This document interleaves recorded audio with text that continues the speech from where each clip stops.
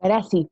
Bueno, entonces lo primero es agradecer a Gabo que permitió hacer esta pequeña conversación con los alumnos.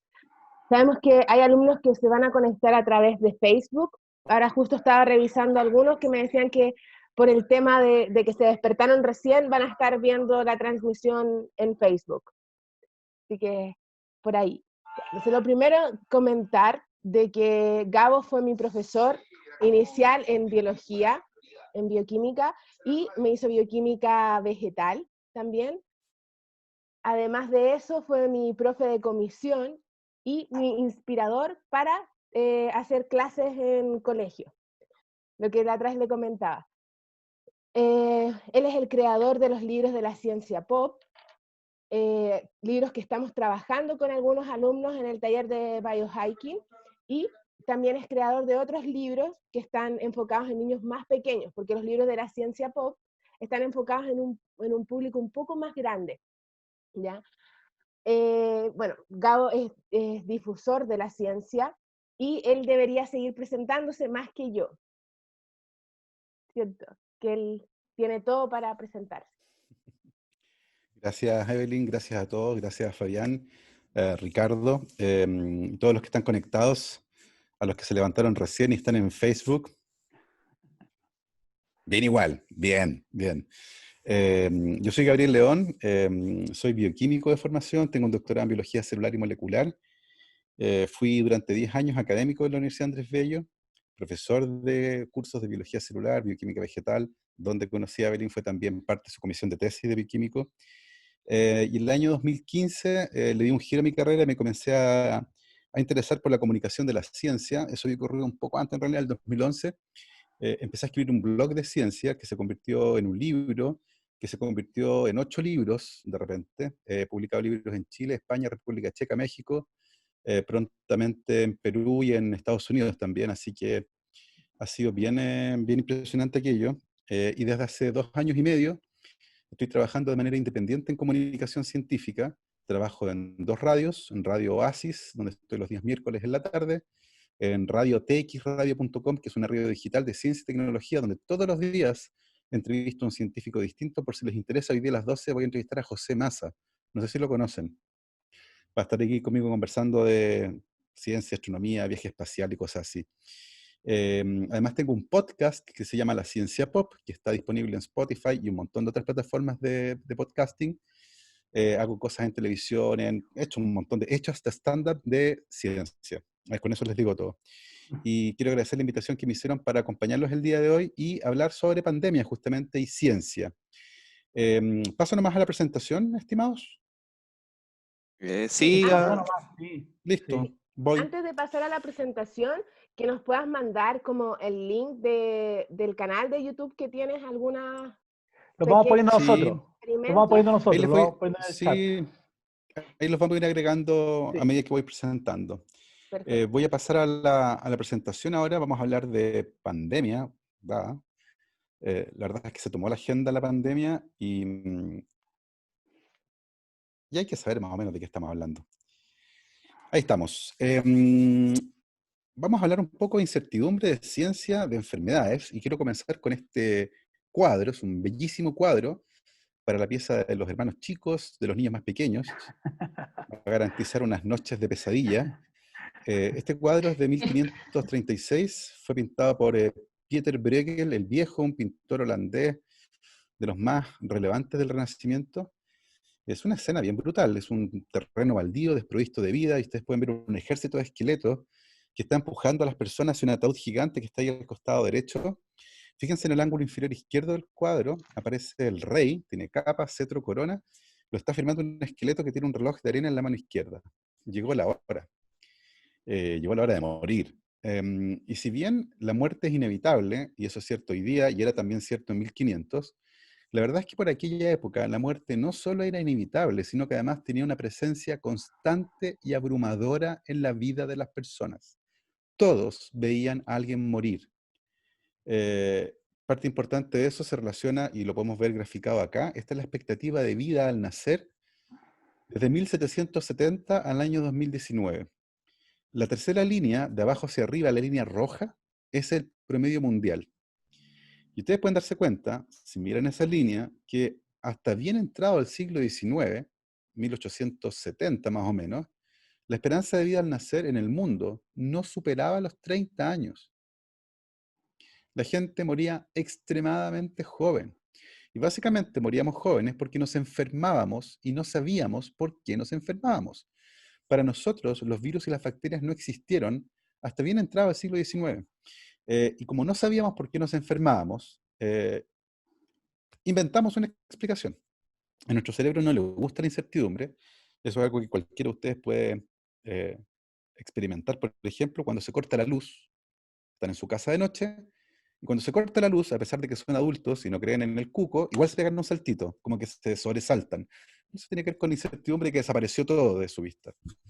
Y en el caso de nuestro pasado médico, la ausencia de una explicación racional para las enfermedades nos hizo inventar una, y esa explicación fueron los miasmas. Los miasmas eran los vapores pestilentes que salían de las ciudades, y esos aires malos eran básicamente lo que nos enfermaban.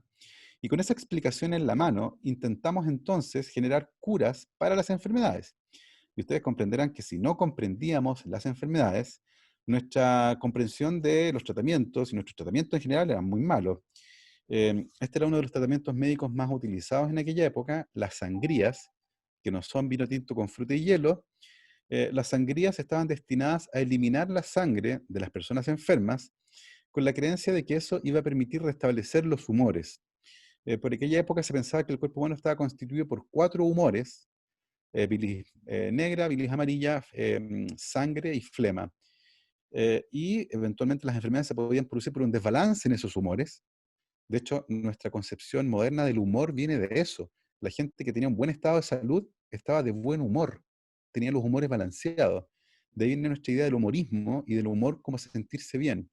Pero si estaban de mal humor, en el fondo, estaban enfermos, una forma de restablecer el equilibrio de los humores era eliminando sangre. Y para eso, como muestra esta pintura, les pinchaban una vena del brazo y botaban la sangre.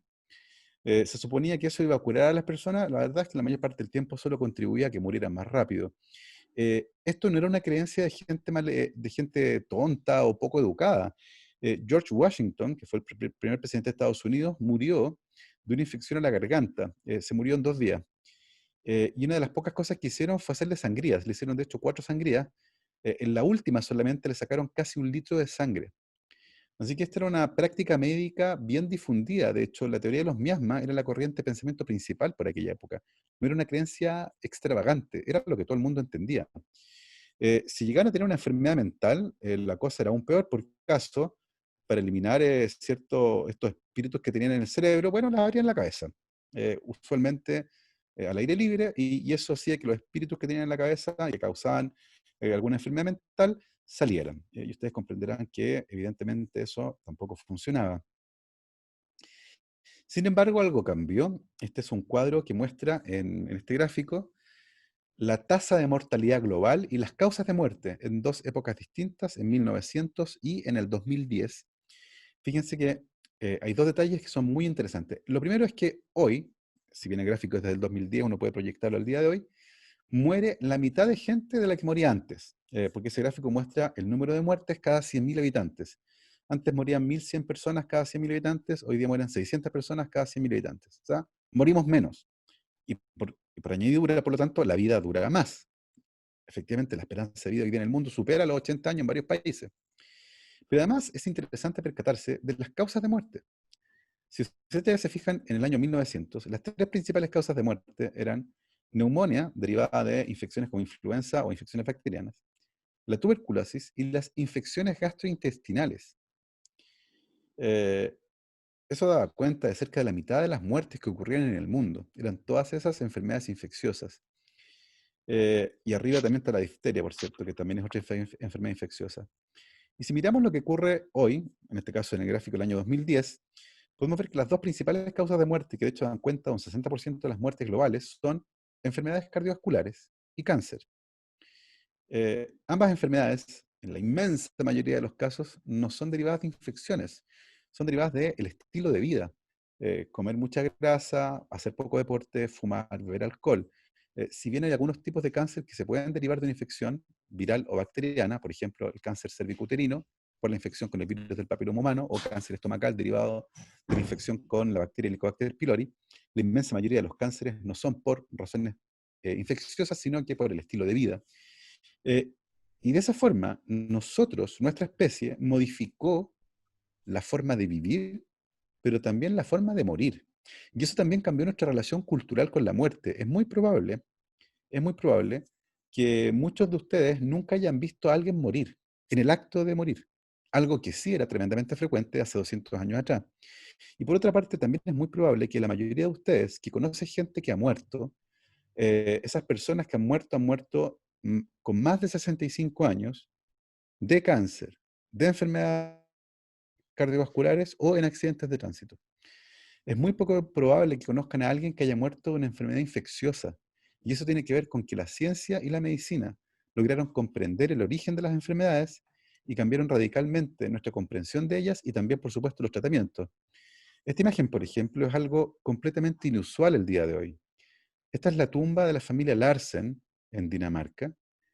Esta familia tuvo en total 10 hijos, pero fíjense en esto. Mary Larsen, Holger, Anna, Clara y Ellen, 5 hijos de esta familia, murieron en 4 días, entre el 3 de julio de 1903 y el 7 de julio de 1903. O sea, a una familia se le murieron 5 hijos en 4 días. Es una tragedia monumental, pero en aquella época era relativamente común. Hoy día la muerte de un hijo muchas veces puede destruir una familia, pero en aquella época la gente estaba acostumbrada a que los hijos se murieran, tanto así que muchas veces los hijos no se les daba un nombre, se referían a ellos como la guagua, para no encariñarse. Y cuando esas guaguas eran suficientemente grandes, ellos mismos a veces elegían su nombre.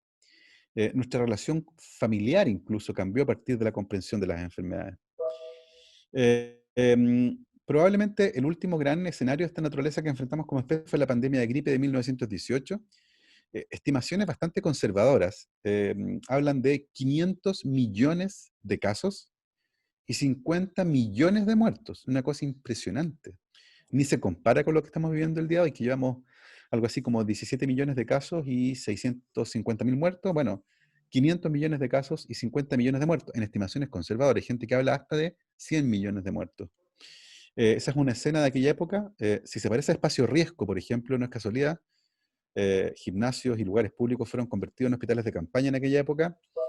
Eh, También una imagen muy similar a la que vemos hoy en día, gente trabajando en sus lugares de trabajo con mascarilla.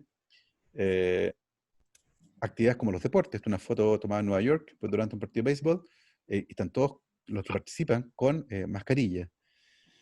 Así que no es extraño lo que estamos viendo el día de hoy, ya pasó hace 100 años atrás. Lo que sí era distinto es que por esa época nadie sabía qué fue lo que mató a 50 millones de personas, porque en esa época ni siquiera se sabía que la gripe era una enfermedad viral. Eso se descubrió recién en 1933, varios años después de la pandemia de gripe, se descubrió que la gripe era causada por un virus. Cuando fue la pandemia, nadie sabía qué diablos mató a tanta gente. Eh, no solo eso, como les digo, los virus no los conocíamos. Recién en el año 39 se inventó el microscopio electrónico. Así que por primera vez pudimos ver recién después de ese año a los virus. El primer virus que fue analizado, de hecho, en el microscopio, fue el primer virus que fue descubierto en 1898, que es el virus del mosaico del tabaco, un virus que infecta plantas. Y recién en 1997, casi 80 años después de la pandemia, los científicos descubrieron cuál fue el virus que causó 50 millones de muertes. Y recién en 1997 descubrimos que fue el virus de la influenza AH1N1. O sea, pasaron 80 años para que los científicos pudieran averiguar qué virus fue el que mató a 50 millones de personas en 1918. Eh, el año 2002 tuvimos un aviso, una advertencia, que fue el brote pandémico de SARS del año 2002. Ustedes eran muy chicos, a lo mejor muchos de ustedes ni siquiera habían nacido en aquella época, probablemente, de los que están conectados a esta transmisión, porque fue hace 18 años atrás. En aquella ocasión hubo 8.000 casos y 755 muertos. O sea, una escala muy menor comparada con lo que tenemos hoy día, que tenemos, como les decía, cerca de 17 millones de casos. Se trataba también de una enfermedad infecciosa respiratoria grave causada por un coronavirus, En aquella época se logró averiguar que era un coronavirus que salió de los murciélagos de la herradura que vivían en el sur de China. Ese virus pasó por el animal que está allá abajo, que se llama civeta de las palmeras. Ese animal fue un trampolín biológico, un intermediario. El virus que vivía originalmente en los murciélagos pasó a la civeta de las palmeras, y de la civeta de las palmeras, un animal que se comercializa en los mercados de animales vivos en Cantón, en el sur de China, pasó entonces a los seres humanos. Y una cosa bien impresionante es que se generó un montón de investigación científica al respecto, y este artículo científico en particular, que es del año 2007. Este artículo tiene 13 años. Habla justamente acerca de los coronavirus que viven en murciélagos de la herradura en el sur de China. Y este artículo científico dice, textual, al final, que la presencia de un gran reservorio de virus similares al SARS que causó el brote epidémico del año 2002 en los murciélagos de la herradura, junto con la costumbre de comer mamíferos exóticos en el sur de China, es una bomba de tiempo. Lo que está ocurriendo el día de hoy fue predicho al menos hace 13 años atrás. O sea, no es una sorpresa para virólogos, biólogos de la conservación, expertos en enfermedades respiratorias, expertos en enfermedades zoonóticas emergentes. Lo que estamos viendo es un escenario que fue predicho debido a la gran diversidad de virus que viven en los murciélagos y otras causas que vamos a conversar después, pero esto no es algo que ocurrió y nadie lo vio venir, ¿ya? Esto es algo que muchos científicos sabían que iba a ocurrir, pero como muchas veces en la historia, y esto es de la película Jurassic Park, las advertencias de los científicos no son tomadas en cuenta. Y este científico, Ian Malcolm, en la película, ¿cierto? Les advirtió a la gente del Parque Jurásico que era muy mala idea revivir dinosaurios, nadie le hizo caso, y bueno, todos sabemos cómo terminó la película, ¿cierto? Si no la han visto, véanla, una gran película, tiene muy buenas lecciones acerca de la comunicación de la ciencia. Y ahora estamos enfrentados a esto. La COVID-19, COVID-19 quiere decir coronavirus disease, o sea, enfermedad por coronavirus, por eso el artículo correcto es la COVID-19. Esa es la enfermedad, es causada por un virus que se llama SARS-CoV-2, por coronavirus del síndrome agudo respiratorio y grave 2, para diferenciarlo del año 2002. Como les decía, hasta ahora un poco más de 17 millones de casos, casi 700.000 muertos en el mundo, en comparación con la pandemia de gripe de 1918, casi un juego de niños. Pero para esta realidad nueva que tenemos, donde la gente no muere de enfermedades infecciosas, es realmente una tragedia que tiene al mundo paralizado. Con respecto a los avances, ha sido bien impresionante. Si uno mira la línea temporal de las cosas que ocurrieron, el gobierno chino le avisó a la OMS que estaba enfrentando un brote de una enfermedad similar al SARS, ese del 2002. Le avisó a la OMS el 31 de diciembre del 2019. Y el 12 de enero, el virus ya había sido aislado, identificado y secuenciado. Es una cosa impresionante. En solo 12 días, el virus ya estaba identificado. Y en 54 días desde el anuncio, el 24 de febrero, una compañía en Estados Unidos llamada Moderna ya tenía el prototipo de una vacuna listo en 54 días, con la información genética que fue puesta a disposición de la comunidad científica. Es una cosa impresionante, lo que muestra el estado de avance que tiene la ciencia. Recuerden que la pandemia del 18, durante 80 años nadie supo siquiera cuál virus había sido. Ahora subimos en 12 días y en 54 días ya teníamos un prototipo de vacuna. Sin embargo, a pesar de estos avances notables, la sensación de incertidumbre en la población es gigantesca. La gente espera que la ciencia dé respuestas binarias. ¿Uso o no uso mascarilla? ¿Tengo o no tengo que lavar las compras que hago? ¿Salgo o no salgo a la calle? ¿Se contagia de nuevo esta cosa o no? Va a haber y muchas personas esperan que la ciencia les diga sí o no. Y sin embargo, la ciencia no puede hacer eso. La ciencia no entrega respuestas binarias. Y eso para mucha gente ha resultado tremendamente extraño. ¿Cómo es posible que la ciencia no me diga si tengo o no tengo que usar mascarillas desde el día 1? Y eso a mi entender es tremendamente importante y una de las lecciones más relevantes de la pandemia, porque muestra que la inmensa mayoría de las personas no conoce bien qué es la ciencia. Tiene la idea de que la ciencia es una bolsa con respuestas donde uno mete la mano y saca la solución a un problema. Y la ciencia es otra cosa. La ciencia es una forma de pensar, una forma de tratar de entender al entorno, y en ese camino los científicos van ajustando sus conclusiones a medida que obtienen evidencia de mejor calidad. tengo la sensación de que parte importante de este desavenimiento entre la ciencia y la sociedad se explica a partir de esto, que son las noticias científicas. Acá puse algunos ejemplos de noticias científicas. Por ejemplo, la NASA descubrió 219 nuevos exoplanetas y entre ellos 10 son similares a la Tierra. O científicos japoneses desarrollan una tecnología capaz de leer la mente. Eh, ¿Por qué me parece interesante esto? Porque usualmente las noticias científicas muestran la guinda de la torta, el gran descubrimiento, el final del camino. Lo que esas noticias no muestran es cómo quedó la cocina donde se hizo esa torta. Y es un desastre. Está lleno de harina por todas partes, hay masa cruda en el suelo, 3 tortas quemadas en el horno, 2 cocineros llorando en un rincón. Es un desastre. Pero eso rara vez lo muestran las noticias. Solo mostramos los productos de la ciencia, pero no mostramos el método que se sigue para llegar a esos resultados. Y como no lo mostramos, para la inmensa mayoría de la gente, el cómo se hace ciencia es un misterio. Está en una caja oscura, nunca lo ve. Y por lo tanto la gente espera esto de la ciencia. Noticias. Quiero la vacuna, quiero la mascarilla, quiero la droga, quiero la hidroxicloroquina. Y ese es un gran problema, a mi entender, que tiene que ver justamente con la comunicación de la ciencia. Se relaciona también con esta foto. Esta es una foto que fue muy famosa en su época, fue tomada el año 2011 en Vancouver, en Canadá, y muestra una pareja de jóvenes besándose de manera apasionada. Eh, las noticias científicas son eso, la foto de un momento en un pedacito.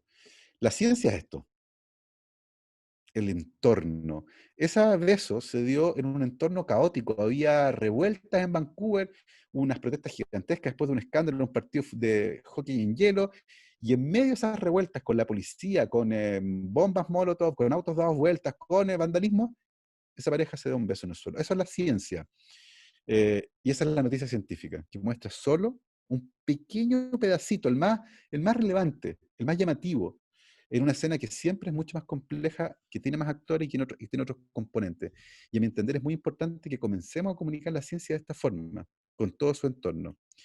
Eh, en la historia de lecciones súper relevantes, eso que están viendo ustedes ahí, es el primer dibujo que hizo Galileo de Saturno. En 1610 Galileo fabricó un telescopio, apuntó a Saturno y dibujó lo que vio. Y eso fue lo que vio, un círculo con 2 orejas. 6 años después, en 1616, Galileo fabricó otro telescopio, un poquito mejor, volvió a apuntar a Saturno y ahora dibujó eso. Que se parece un poco más a lo que uno imagina cuando imagina Saturno. Y 50 años después, otro astrónomo llamado Christian Huygens fabricó otro telescopio, mejor todavía, y dibujó eso cuando apuntó a Saturno.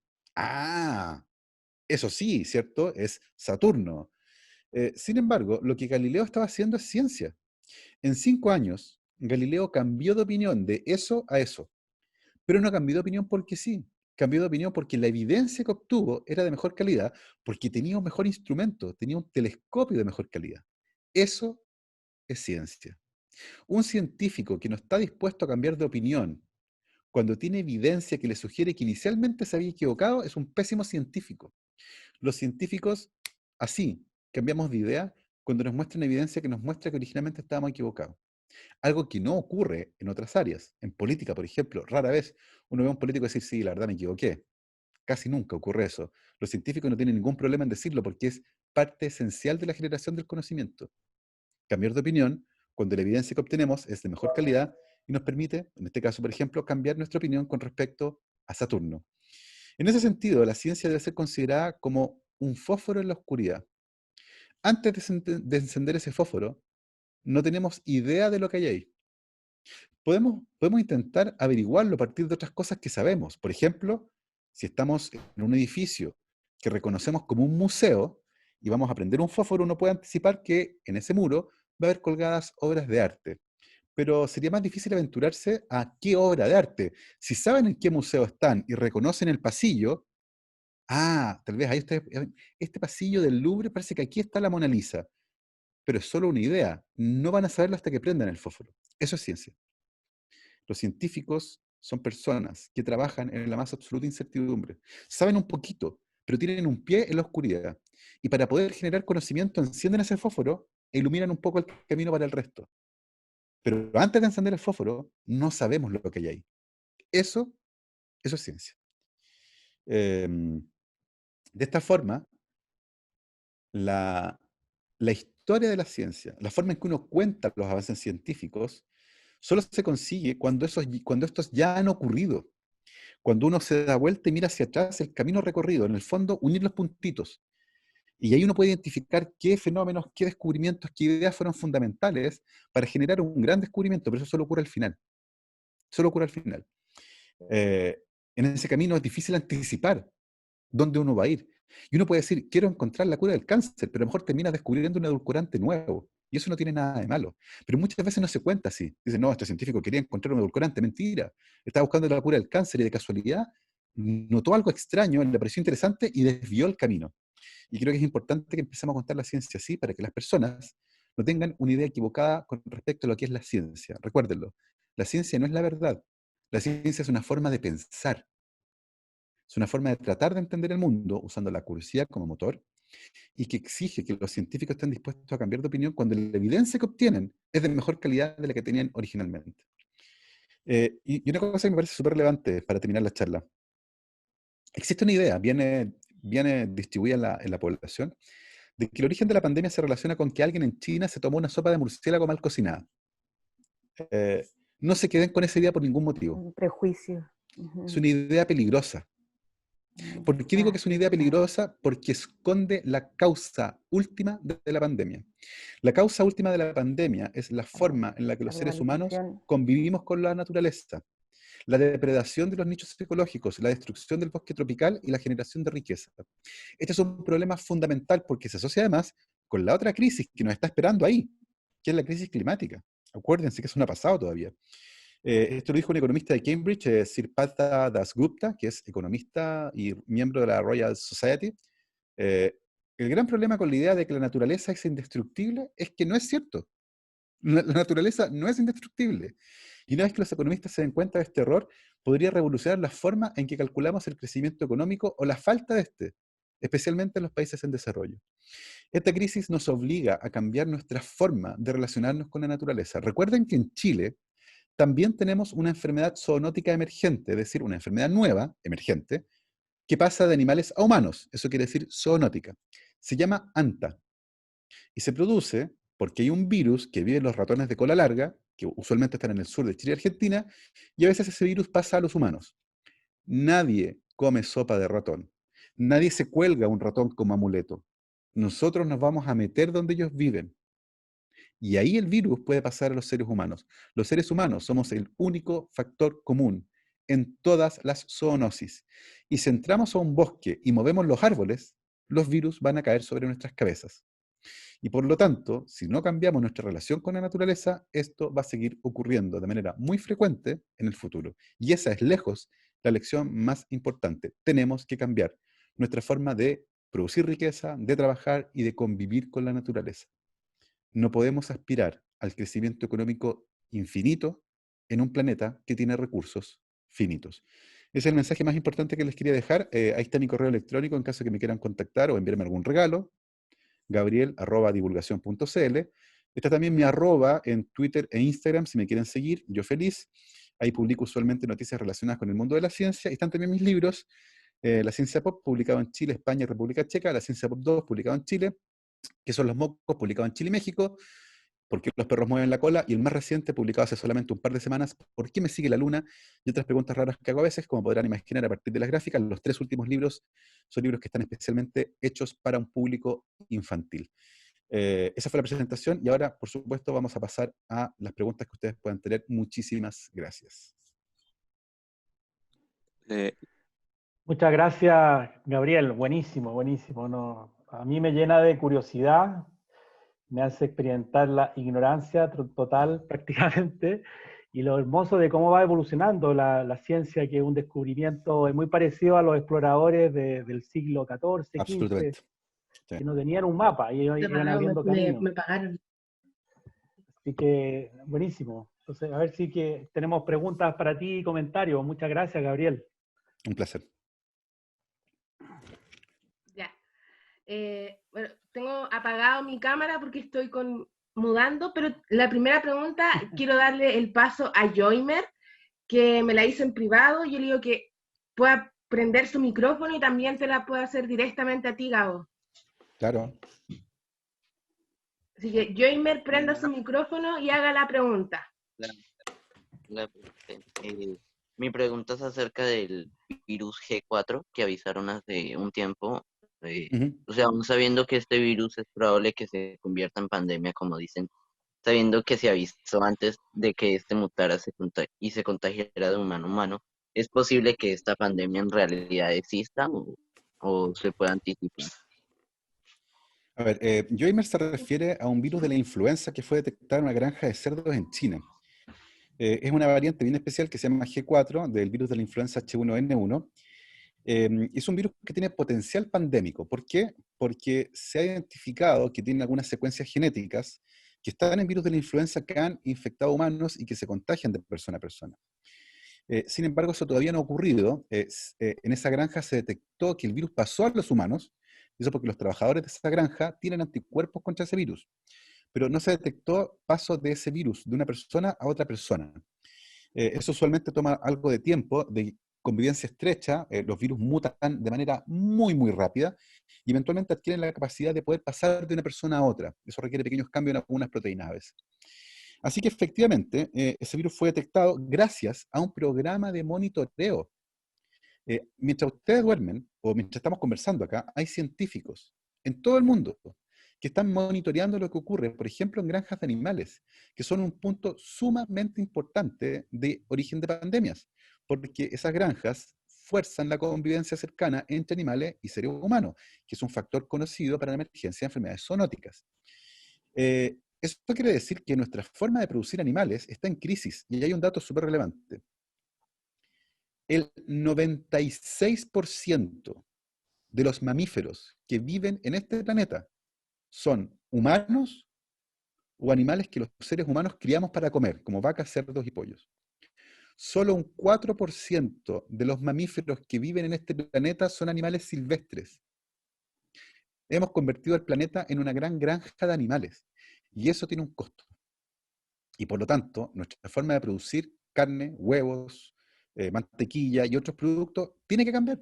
Y va a cambiar de la mano con la ciencia y la tecnología, no me cabe ninguna duda. Y es muy probable que en el futuro nos comamos una chuleta de cerdo que ha sido impresa en un laboratorio con proteína en 3D, con la misma textura, sabor, calidad nutricional que una chuleta de cerdo, por ejemplo. Y eso va a ocurrir, no me cabe ninguna duda. Va a ocurrir. Porque nuestra forma de producir alimentos está en crisis el día de hoy. Así que sí, como dice Joimer, ese virus, el G4, que es un virus de la influenza, tiene potencial pandémico, tiene genes que eventualmente podrían hacer que pase persona a persona. Eso todavía no ha ocurrido. Pero es muy importante que estemos monitoreando cómo esos virus se mueven, ¿ya? Desafortunadamente, incluso en medio de la pandemia, el gobierno de Donald Trump le quitó financiamiento a un proyecto que era desarrollado por Peter Daszak, que es uno de los directores de la EcoHealth Alliance, que es una de las ONG que se encarga de monitorear virus. Y por lo tanto, ahora tenemos un proyecto menos de estos gigantescos que monitorea virus. Es un problema que debería ser prioridad global, con financiamiento de todos los países del mundo, porque es un problema tremendamente serio.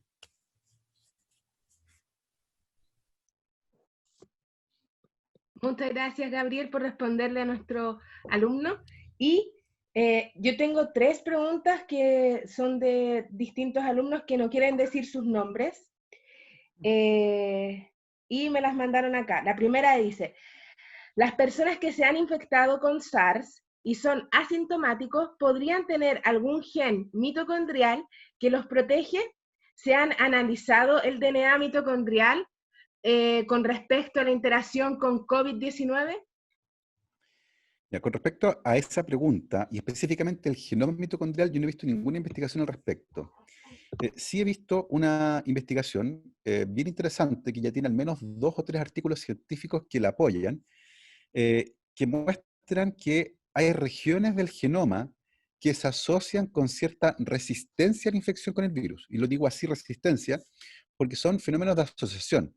De hecho, estos experimentos que son gigantescos se llaman Genome-Wide Association, son asociaciones a escala genómica.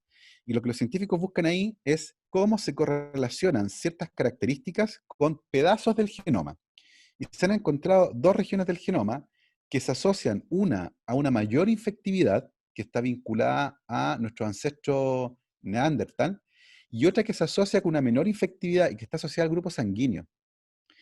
Se cree, y de hecho hay otro artículo científico que también lo sugiere, se cree que de alguna forma, que no está del todo clara, el grupo sanguíneo 0, que es muy común en Chile, podría otorgar algún nivel de protección contra la infección viral. Y lo que se hipotetiza es que en las personas que tenemos el grupo 0, yo soy 0 RH positivo, por ejemplo, existe un anticuerpo circulante que tiene reacción cruzada con alguna de las proteínas del virus y que eso eventualmente podría protegernos, pero eso es una hipótesis. Esos son los únicos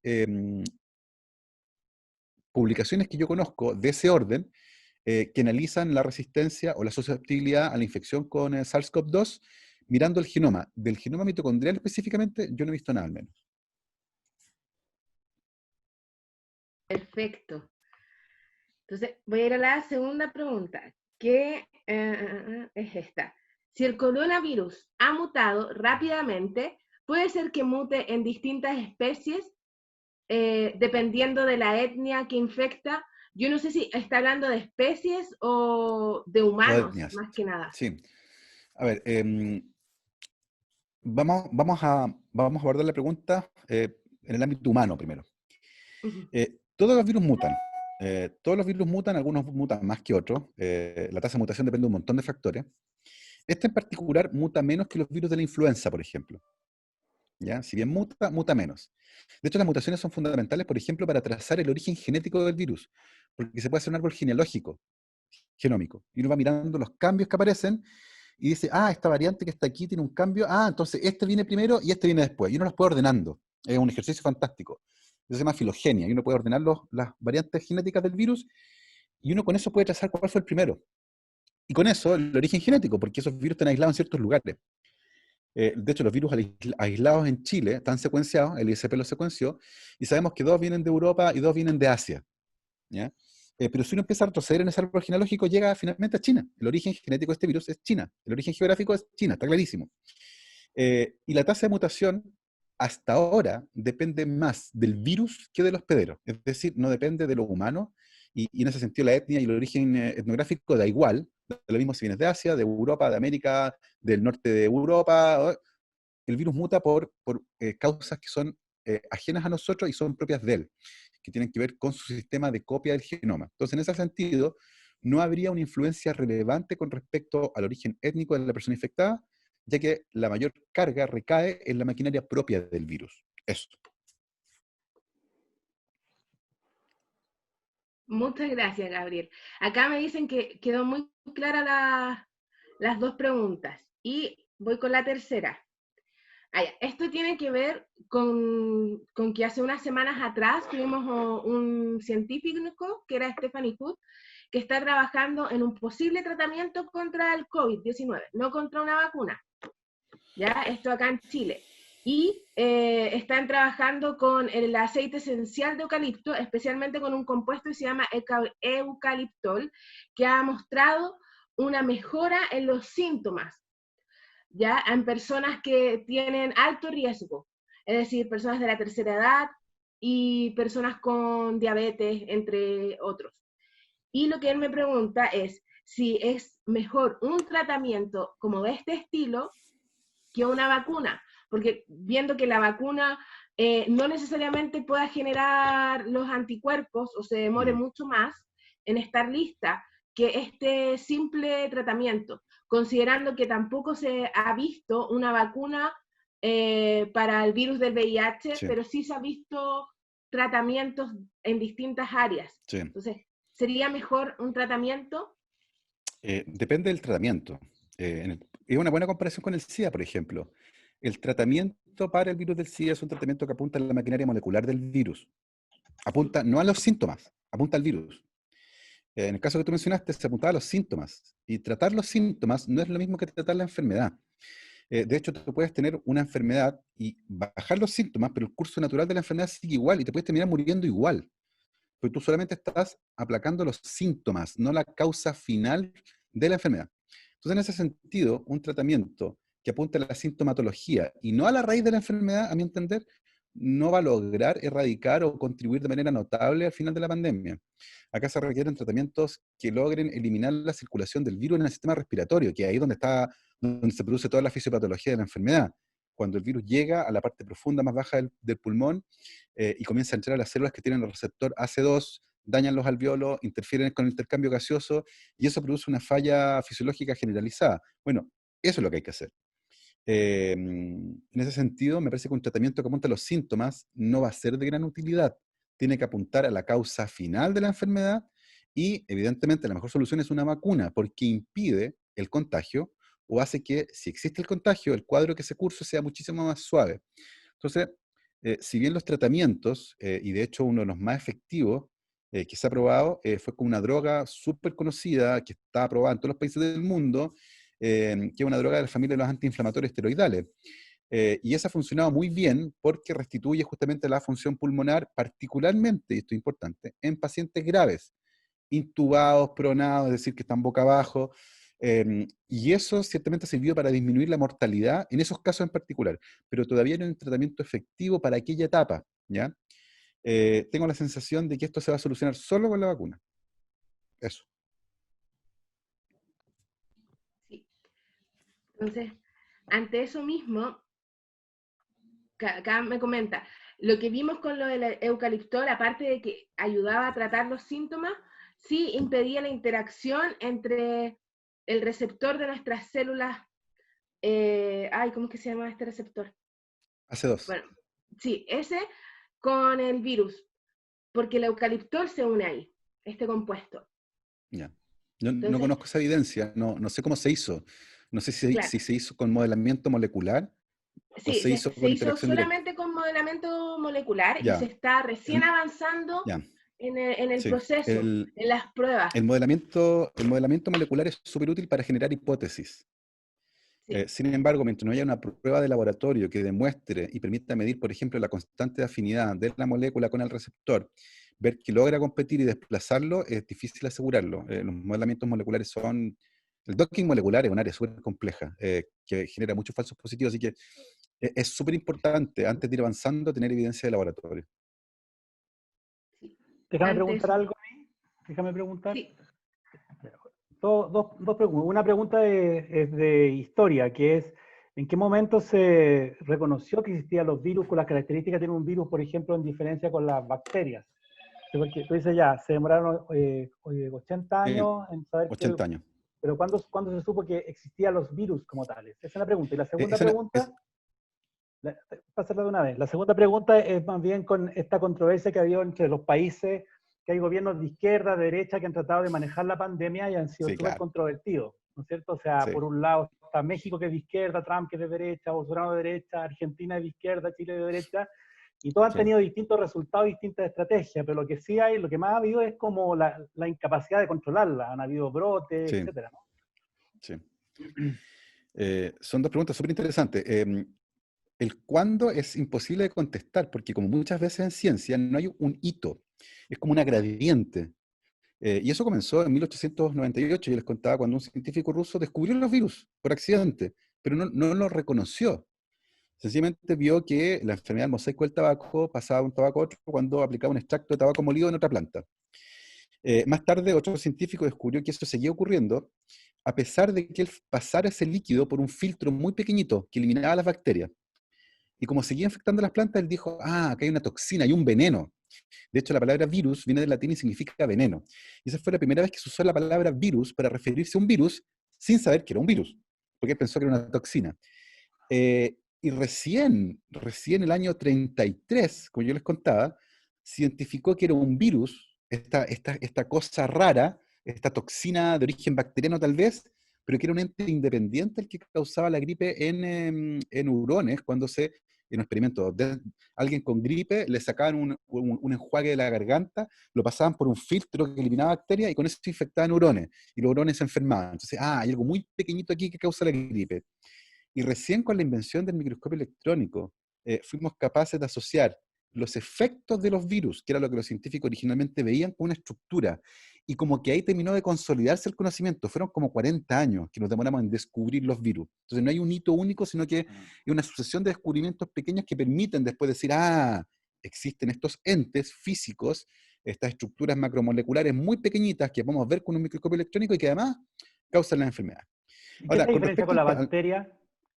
las bacterias son organismos. Mira, si yo dejo una bacteria sobre una superficie con nutrientes y vuelvo después de un día, va a haber millones de bacterias. Si yo dejo un virus en una superficie con nutrientes y vuelvo después de un día, va a estar el mismo virus. Para poder replicarse, los virus tienen que estar dentro de una célula. Los virus son máquinas moleculares de copiarse a sí mismas, no hacen nada más. Las bacterias tienen metabolismo, tienen moléculas propias, se pueden autorregenerar, los virus no pueden. Son absolutamente dependientes de la participación de un intermediario que actúe como hospedero para poder ejecutar sus funciones fundamentales, que son básicamente copiarse. No hacen otra cosa. Y en ese proceso secuestran a nuestra maquinaria molecular, a ribosomas, por ejemplo, o enzimas que participan en el proceso de replicación, empaquetado y exportación, y eso a veces causa la muerte de las células, como ocurre en la COVID-19. Ese proceso de infección que ocurre en las células de los pulmones genera apoptosis, que es la muerte celular de esa estructura, y eso finalmente causa la disfunción en el aparato respiratorio. Las bacterias no, pues las bacterias tienen estructuras complejas, tienen metabolismo propio, toman energía del medio y son capaces de autogenerar estructura, cosa que un virus no puede hacer. Y con respecto al manejo de la pandemia, ciertamente las pandemias son fenómenos que atraviesan toda la vida, incluyendo la política. Y en ese sentido, por ejemplo, los gobiernos que son más progresistas, desde el punto de vista económico, por ejemplo, que tienen una política económica más centrada en las personas, por ejemplo, han reconocido desde temprano que la crisis económica es inevitable. O sea, el año 2020 ya fue. Yo creo que es importante aceptar eso. Este año ya fue. En todo aspecto. Yo les quiero contar algo. Yo me casé en diciembre y teníamos con mi esposa para este año una lista de proyectos que queríamos hacer, incluyendo nuestra casa en Pichilemu. Nosotros nos queríamos ir a vivir a Pichilemu. Y queríamos ir a Brasil y teníamos un montón de planes. Y en marzo nos sentamos en la cocina, tomamos nuestra lista y donde decía 2020 pusimos 2021. ¿Ya? El próximo año va a ser un 2x1, en todo sentido. Y particularmente en los colegios va a ser así, no me cae ninguna duda. Y resistirse a eso no tiene sentido porque es una crisis global.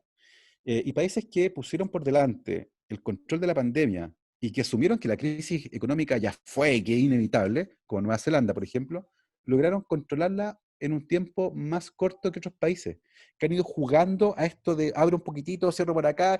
Y la crisis económica ya fue. Es inevitable. Y por lo tanto, mantener esa postura me parece un poco terco. Ya fue. Y por otro lado, y me parece muy interesante tu pregunta porque apunta a la parte política. El manejo político que ha tenido es siniestro. O sea, recordemos que en un momento, un representante del Ministerio del Exterior de China sugirió que el virus llegó a China con soldados de Estados Unidos que vienen infectados a participar en las Olimpiadas Militares. Una historia completamente inverosímil porque el origen genético del virus es China, eso está absolutamente claro.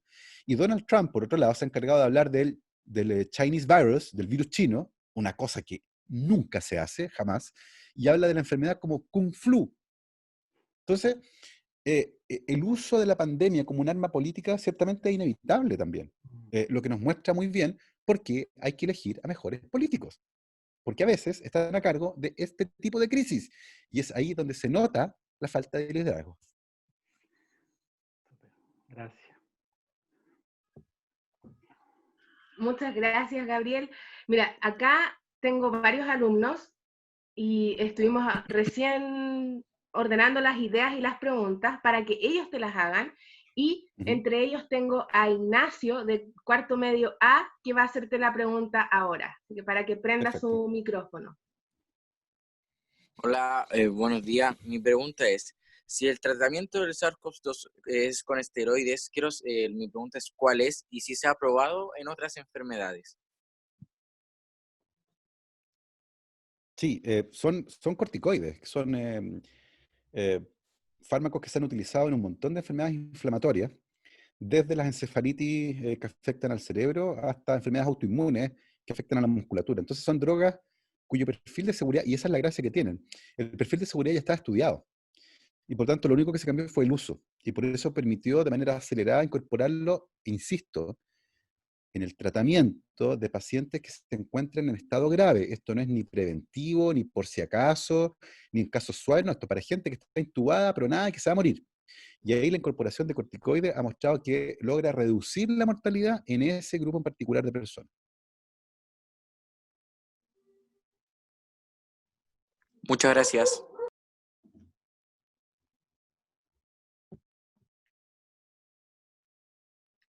Entonces, ya que se atrevió Ignacio a preguntar, quiero ver si el resto de los chicos que me estaba escribiendo por WhatsApp se atreve a preguntar de manera presencial de alguna forma con su micrófono.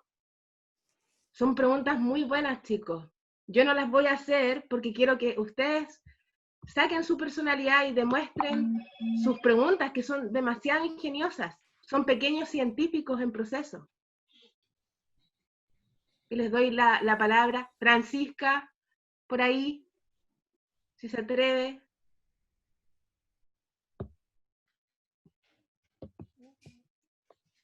O las pueden poner en el chat también, chiquillos. Y la idea es que de que hagamos estas instancias es que ustedes también participen, aprovechen de que tenemos acá a Gabriel León que está respondiendo sus preguntas, que esto es algo que no va a ocurrir siempre, y Nunca tenemos más.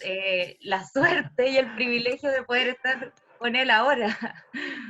Esperemos que se pueda repetir en alguna ocasión, pero chicos, pregunten, o en el chat si quieren. Sí. Pueden escribirlas ahí, nosotros las leemos, pero participen. Yo tengo una duda que, a ver, no sé si o sea, no sabría ponerla así como en una pura pregunta, pero es, el COVID-19 o bueno, quería decir el nombre del virus, pero no recuerdo cómo se llama. El COVID-19 viene de animales que se mantenían en cautiverio en China, ¿verdad? Pero es desde el pangolín hacia el murciélago y después al murciélago se pasó al humano, ¿verdad? Es una pregunta sumamente interesante porque, Gonzalo, porque encontrar el origen del virus es fundamental para entender el proceso de infección en humanos. Lo que se sabe hasta el momento es que el origen más probable del virus es los murciélagos de la herradura. ¿Por qué? Porque los murciélagos tienen una cosa que es fascinante. Son mamíferos que vuelan. Y para los mamíferos voladores, los murciélagos son los únicos mamíferos que vuelan, el proceso de vuelo es tan estresante que los murciélagos tienen sistemas inmunes muy especiales, que usualmente están desinflamando el animal completo. Y eso tiene dos impactos muy choros. El primero es que los murciélagos desafían la regla de oro de la longevidad en mamíferos. Esa regla de oro dice que entre más pequeño el animal, menos larga es su vida, más corta es su vida. Si un ratoncito vive menos que un humano, hay una relación directa. Los murciélagos desafían esa regla. Hay murciélagos que viven hasta 30 años, lo que es impresionante. Y se cree que eso se asocia con esta capacidad antiinflamatoria gigantesca. Y por otro lado, esta capacidad antiinflamatoria, vinculada al sistema inmune, permite que los murciélagos convivan con una cantidad gigantesca de virus y tienen una suerte de pacto de no agresión. Recuerden que el virus de la rabia, que es el virus más letal que se conoce, tiene una tasa de letalidad del 100%. Si ustedes los muerde un perro con rabia y no se vacunan, se mueren. Así de simple. El virus de la rabia vive en los murciélagos y no tiene ningún problema. El ébola viene de los murciélagos, el MERS viene de los murciélagos, el NIFA viene de los murciélagos. Las 6 últimas enfermedades infecciosas derivadas de virus vienen de los murciélagos. Y es por eso. Los murciélagos conviven con un montón de virus. ¿Cómo pasó del murciélago al humano? Eso todavía no está muy claro. Es efectivo que el pangolín podría ser el intermediario, pero no está confirmado. ¿Por qué? Porque hay una parte del virus que eventualmente podría venir de un virus que está en el pangolín. Entonces, lo que se cree es que este virus en algún momento convivió con otro virus que originalmente se encontró en pangolines. ¿Cómo? Nadie sabe muy bien. Y eventualmente pasó a los humanos. Lo que ocurrió después de eso también es un misterio.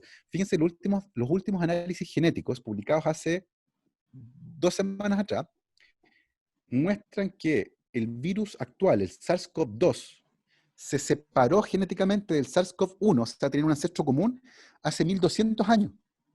Hasta eso lograron averiguar los científicos. 1200 años atrás, se separaron en dos clases distintas. Y es muy probable que este virus haya estado circulando entonces en murciélago hace muchísimo tiempo, hace décadas, esperando ahí esta variante, la final. Décadas esperando lograr pasar a los humanos, de alguna forma. ¿Pudo ser a través del pangolín? Pudo ser, no está confirmado. Pudo ser también que el virus pasó directamente del murciélago a los humanos y se mantuvo en una población humana pequeñita, circulando entre ellos, hasta que de repente agarró una mutación que le permitió ser muy efectivo y pasar a un montón de gente. Eso todavía no se ha confirmado. La OMS envió el 20 de julio una misión a China de 2 personas, un epidemiólogo y un médico especialista en enfermedades zoonóticas, sin identificarlos, anónimos, a China, a averiguar el origen de la pandemia. Hay una tremenda película para Netflix. Estas 2 personas que están buscando el origen de la pandemia. Son datos que todavía no tenemos del todo, pero ciertamente vienen de animales. Eso está súper, súper claro. Buenas, gracias.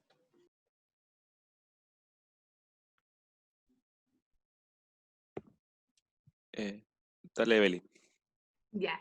Chicos, ¿alguien más va a hacer la pregunta a través del micrófono? Porque ya nos dejaron algunas preguntas acá en el chat.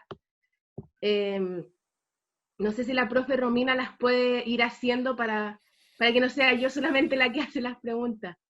Por supuesto, pero Joimer preguntó antes, no sé si él quiere hacer su pregunta en voz alta, Joimer, o prefieres que pregunte. Si usted ya hizo su pregunta hace un ratito. Pregunte. Ya, tenemos Joimer nos preguntaba, ya, es sobre el supuesto aviso que hizo Taiwán a la OMS sobre el virus. ¿Es cierto tal aviso? Si es así, ¿por qué la OMS dijo eso? Ahí me gustaría que Joimer explicara ¿Cuál es el aviso? Claro, ¿a qué aviso se refiere? Por eso les decía, chiquillos, abran los micrófonos. Pero Joimer, ¿a qué aviso se refiere usted? Romina, mientras esperamos que Joimer lo coloque, podríamos pasar con la pregunta de Francisca Bravo. La pregunta de Francisca. Sí. Exacto. Francisca pregunta, ¿cuál puede ser una posible solución al cambio climático en el contexto de que pronto volverán a funcionar más vehículos, fábricas, etcétera? Me imagino que de vuelta a la normalidad, entre comillas. ¿Qué posible solución crees tú, Gabriel, que habría frente al cambio climático que ya hemos estado viendo durante este periodo? Sí. Yo creo que hay lecciones súper importantes para sacar de la pandemia y que se pueden aplicar al cambio climático y al escenario futuro que viene. Yo creo que son cambios culturales, muchos de ellos. Hay muchas empresas que se dieron cuenta que no necesitan tener 5.000 metros cuadrados de oficina con calefacción para tener a 500 personas ahí, porque pueden tener a la mitad o a más trabajando en su casa y que necesitan una buena conexión a internet y nada más. Pero existe una cosa cultural de que a mucha gente le gusta ver a los empleados ahí, les gusta verlos trabajando. Cuando sencillamente lo pueden hacer igual en su casa en pantufla y da lo mismo. A mí me da igual cómo lo haga mientras lo haga. Yo he trabajado lo último, yo estoy confinado en mi casa en cuarentena voluntaria desde el viernes 13 de marzo. Ese fue el último día que yo salí. Ese día yo volví a mi trabajo y no salí más. Y créanme que he sido igual de productivo que antes. O sea, lo único que he hecho es no ir en persona, y trabajo a veces en pijama, en pantufla, y no trabajo menos bien, no pienso menos bien por estar en pantuflas. Imagínense cuántas reuniones hay gente que hace y toma, yo mismo lo hice alguna vez, me mandaron a Concepción un montón de esas reuniones de 1 hora. O sea, llegaba, en Chile al aeropuerto, tomar el avión, volar a Concepción, llegar allá, tomar un taxi, Y era se perdía el día entero cuando ahora podría tomar el computador y en 1 hora y listo. Y la reunión no es menos buena. Entonces tengo la sensación de que esta pandemia nos va a enseñar cosas muy importantes con respecto a eso, al teletrabajo, y a cómo podemos ser igualmente productivos sin generar tanta huella de carbono y tanto impacto climático. Pero además nos dimos cuenta también que Chile, chuta, podíamos hacer respiradores mecánicos.